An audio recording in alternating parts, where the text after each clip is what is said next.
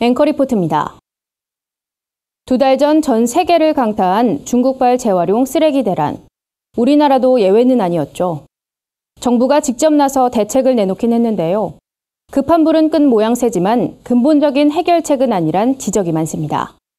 생활 속에서 피치 못하게 발생하는 쓰레기들.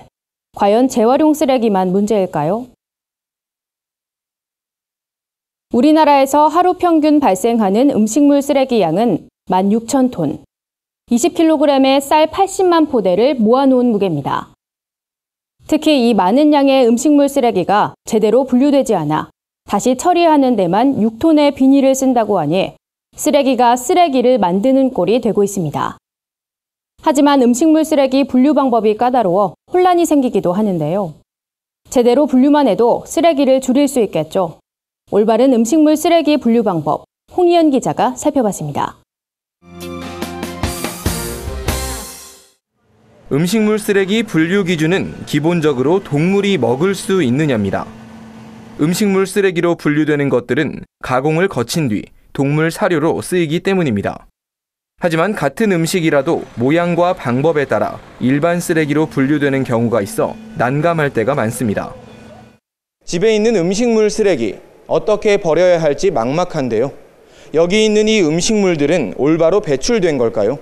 지금부터 한번 살펴보겠습니다. 먼저 과일과 채소입니다. 수분이 있고 비교적 부드러운 과일이나 채소의 껍질은 음식물 쓰레기로 분류하면 됩니다. 귤과 바나나, 고구마, 감자 껍질이 여기에 속합니다.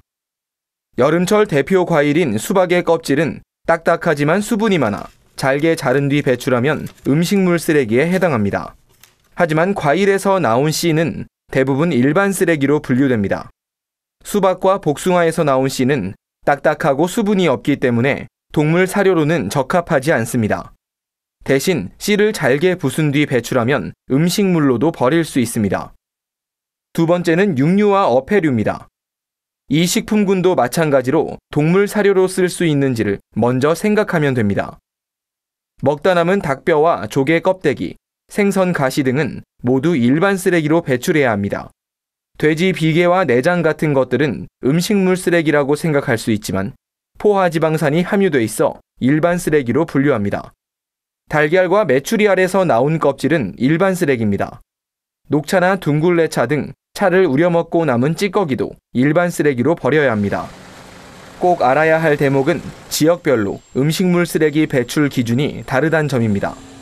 때문에 지자체 홈페이지 등을 통해 해당 항목을 잘 알아보고 쓰레기를 버리는 게 좋습니다. 매년 우리를 괴롭히는 쓰레기 배출 논란. 잘 버리는 습관을 들이는 게 오히려 편리한 생활 환경을 가져다 줍니다. 구티비 뉴스 홍우연입니다.